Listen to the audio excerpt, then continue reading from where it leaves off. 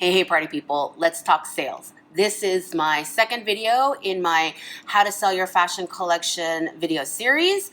The first video went over wholesale methods. This video is going to cover direct-to-consumer retail methods. And if you want to watch my wholesale video, I will post it in the description box below. And I do think I have a playlist called Fashion Sales or something like that. Quick disclaimer before we start, I am a designer. And I'm not a sales agent or a rep or a business consultant. Consider this video a starting point for your own research. Okay, I'm going to give you guys some food for thought, a lot of things to consider that maybe you hadn't considered before. And you need to go do your own research and make your own decisions, because I am not going to be like, yeah, you should sell at this place or you should do this. Not going to do that, okay? That's not my deal. Different sales avenues are going to work for different markets, different customers, and you need to do the research for that and find the sales avenues that are right for you and your customer. Really quick, for comparison's sake, let me describe wholesale, okay? Wholesale is when let's say you're a shoe designer and you design a bunch of shoes, and a shoe store, whether it's a physical brick and mortar store or an online store, a shoe store approaches you and says, I love this shoe. I would like 100 pairs of this shoe. They order the shoe, you make the shoe, you ship the shoe. The store sells those 100 pairs of shoes one at a time to individual shoppers. That's wholesale. They buy in bulk, wholesale. Direct-to-consumer retail is when you design the shoe and you produce the shoe and you sell the shoe in your own sales avenues. Question, what happens if you want to do both? I go over that in length in my wholesale video, so go check that out. With direct-to-consumer retail, you have to manage all the sales, but you also get to keep all the money. Okay? So that sounds simple and awesome, right? So what does managing the sales actually mean? You have to figure out where you're going to sell. Okay? You can sell online, you can sell in a bigger umbrella commerce site like Etsy, or you can sell on your own website. If you want to set up a physical brick and mortar store, you have to figure out where you're going to set up shop.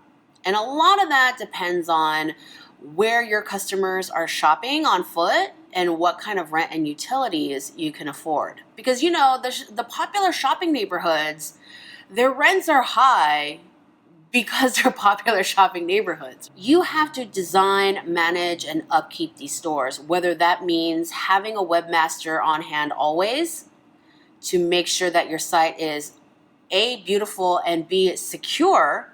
Because if you're dealing with the public's credit cards and email addresses, you need to make sure your website is secure always, okay? A breach in security, other than the fact that it's terrible for people, it is terrible for your business and your reputation. If you have a physical brick and mortar store, upkeep means sweeping the floors and making sure you have beautiful wallpaper and, bathrooms that work. Another thing about managing sales is you need to talk to all the customers, which means you get all the compliments. People love your shoes. You get to hear about it. How awesome is that? You also get all the complaints. You're going to hear all of it, and you're going to have to deal with every single shipping hassle. You're going to have to deal with every single return. You have to deal with taxes. All of that is compounded when you are dealing with overseas customers. But that's all on you now. You have to double your marketing and promotions efforts because you do not have the store to help you. In my wholesale video, I talked about one of the advantages of wholesale is that you have the sales, promotion, and reputation of the store that you sold to help you with your own promotions efforts. Okay? You can say, the boutique will be like, oh, we have these new shoes from this designer. Isn't it great? It's in the window, so that's helping your brand. And then in turn, you're like, oh, we sell at this boutique, and then other people find out about your boutique. So, you're scratching each other's backs. And, when you get into an especially good store, okay, let's say Barney's buys your shoes and you're so excited. It's a huge thing to be like, yeah, I sell at Barney's. But if you're direct to consumer retail, you don't get anybody's help in like boosting your efforts. The only thing that will help you really is like word of mouth from your customers, leaving reviews on your website saying, oh, this place is awesome. If you have a brick and mortar store, like how are you going to post reviews? Like these are all things you have to think about. Because, you can have the most beautiful shoes in the world, but if nobody knows about it, nobody will continue to know about it. Another huge thing about direct-to-consumer retail is you have to manage your inventory.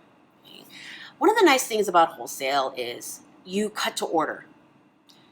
Barney's wants 100 pairs of shoes. You cut 100 pairs of shoes. You sew together 100 pairs of shoes, and then you ship those 100 pairs of shoes. You might produce a little bit of overage, okay, for your own promotions or just in case a pair turns out awful when you're quality checking them. But really, you cut to order. When you have direct-to-consumer retail, you have to be very thoughtful about your inventory. Here are some options. You can say you are cut to order. You have to make sure you're very clear about that on your website. Say, we always cut to order. Please wait X number of days for your order before your order ships. Okay.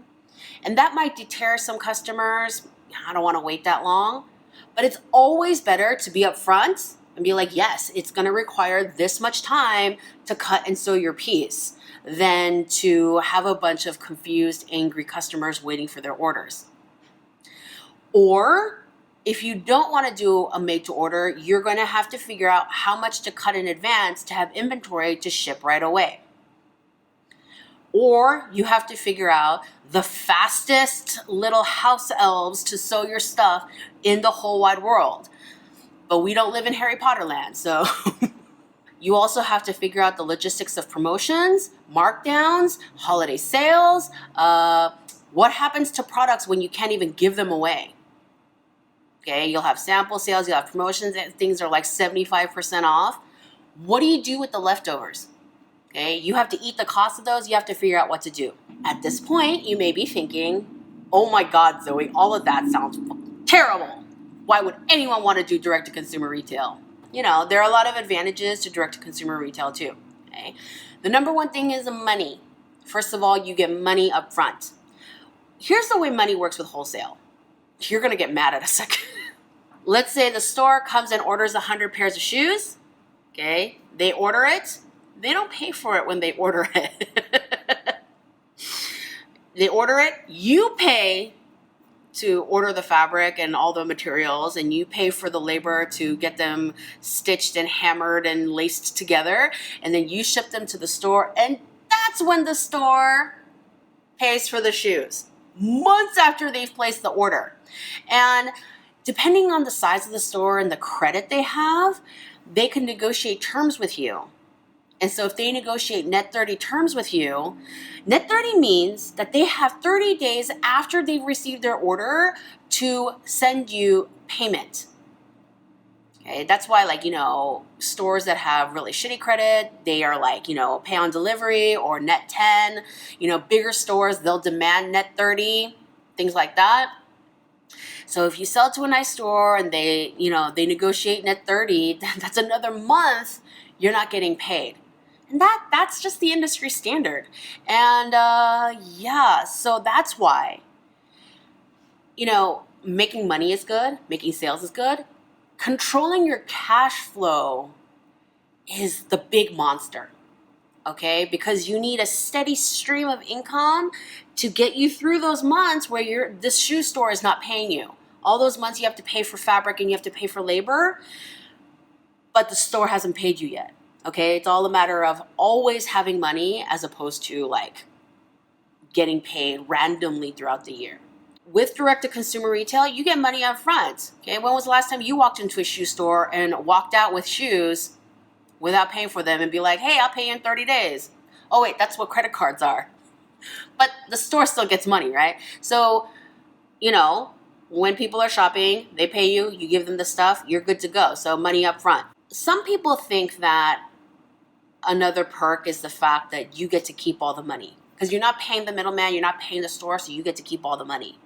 However, how much profit you make really depends on how good you are at costing out your product.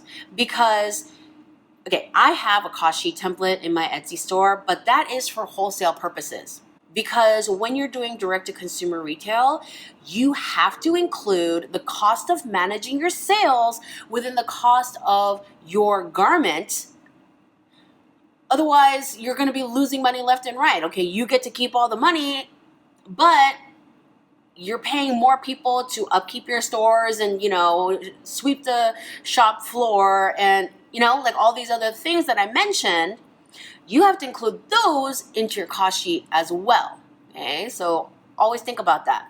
Another perk of direct-to-consumer retail can be control. How much control you have over, how much creative control you have over everything. Okay, you get to control the product, you get to control the promotions and the sales and the distribution and how things, you control everything. And for some people, that's something you have to do. It's like, oh, I don't wanna, that sounds like hard work. And some people are like, yes, I get to have all the control. Yes. Okay. So it kind of depends on, what you like. Another big perk of direct-to-consumer retail is flexibility. Okay, there's a lot of flexibility, again, because you have so much control over everything. One of the things is, when you sell wholesale, you have to accommodate when stores are open to buy.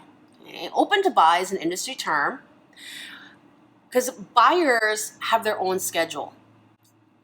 Periods of time when they have the budget to buy things. And that depends on their own cash flow. And that also depends on when they want new stock to hit their floors. Because buyers have to work around their open to buy calendar, you have to work around their open to buy calendar. So you have a traditional sales calendar, and buyers love to do this when they are not interested and they try to be polite about it. They're like, we're not open to buy right now. I've seen this happen. I'm like, when you control all the sales, you get to control when you release new inventory and when you're going to introduce a markdown sale, when you're going to introduce a holiday sale, when you're going to stop cutting a style that you are seeing is not selling, when you decide to make more inventory on a style that's just like flying off the shelves. You get to control all of that. And you should be watching your sales every day to see trends in what items are moving out the door and what items are not. You can see a trend pop up and take advantage of that immediately. There'll be some circumstances where you had a style, it didn't work, you pulled it, and then all of a sudden, some celebrity is wearing something similar and now everybody wants that. When you have the agility of direct-to-consumer retail, you could take advantage of that like little hit in trend and pull out your dead stock of that style that didn't sell, repost it, and everybody wants it. Okay, so you have that agility, you have that flexibility, but only if you are really attuned to what's going on to take advantage of it. When you control your business in this way, you can really structure things to be innovative and new. But on the other hand, everything is an experiment. Everything is a gamble. And so everything could turn out to be a complete shit show. I shouldn't laugh, but that sometimes you just have to have a sense of humor about these things, okay? And yeah, like a lot of people, they go with wholesale because it's tried and true. It's worked for them before. It's worked for their dad before, Some people are not willing to make that gamble, especially in the beginning of their business, So again, what works for you, what works for your customer, you have to consider all these things. And that's what I got on direct-to-consumer retail. Hit that thumbs up button if you learned something today, and if you want more videos on how to sell your fashion collection. There are some other like outlier business structures that are interesting to examine. And I think a video on trade shows is in the queue. So do let me know if those interest you. Hit the subscribe button and then hit the notification bell. Apparently YouTube works on a two-step system now. And share, subscribe, drop me all your questions in the comment section below, and I will see you in the next video.